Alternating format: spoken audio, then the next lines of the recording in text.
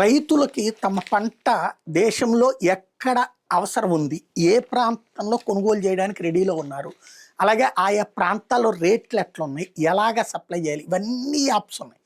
20 కోట్ల రూపాయలు ఏడాదికి ఖర్చు పెడుతున్నారు. సమస్యల్లో ఏంటంటే రైతు భరోసా కేంద్రం లాంటి చోట్ల ఇదివరకు త్రూ వాలంటీర్ ద్వారా అయ్యా మీది పత్తి పండింది సోన్సో ఏరియాలో మార్కెట్ బాగుంది, లేకపోతే మీది మామిడి పండింది అక్కడ సోన్సో ఏరియాలో బాగుంది, ఇట్లాంటిది గైడ్ చేసేవాళ్ళు. ఇప్పుడు ఆ గైడెన్స్ పోయింది. రైతులే వెతుక్కోవాలి. రైతులే వెతుక్కోవడం అనేటటువంటిది సాధ్యం కాదు. రైతు భరోసా కేంద్రాల ద్వారానే చేయాలా, లేకపోతే వాలంటీర్ల ద్వారానే చేయాలి, సచివాలయ ఉద్యోగుల ద్వారా అగ్రికల్చర్ అసిస్టెంట్లు ఉంటారు కదా వాళ్ళ ద్వారానే చేయాలి. అవి ఏం చేయట్లేదు. దాంతోనే ఇప్పుడు రైతాంగం తీవ్రంగా సఫర్ అవుతోంది అన్నటువంటి వార్తని ఈనాడు ఇప్పుడు హైలైట్ చేసుకొచ్చింది. అన్నదాతకి అందని సాంకేతికతని.